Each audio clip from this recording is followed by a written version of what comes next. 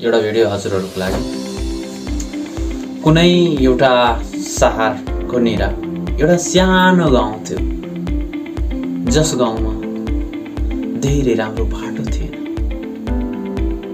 तर त्यो गाउँमा एउटा एकदम निकै गरिब, जसको घरको 2 छाक खाना पनि पुग्न नसक्ने परिस्थिति थियो, जसले साँझ बिहान कमाएर आगो र चुलो त्यसको जल्थ्यो। त्यसको घरमा त्यो 2 छाक खाना पाक्थ्यो। त्यस्तो गरिब मान्छे, त्यो गाउँको एकदमै गरिब मान्छे, जसको चाहिँ सानो घर झोपडीको घर थियो।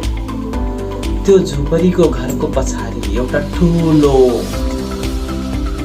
उद्योग लगाएको थियो, जसको बाटो पनि थियो, पछाडिबाट बाटो थियो। त्यो घरको साइडको पछाडिबाट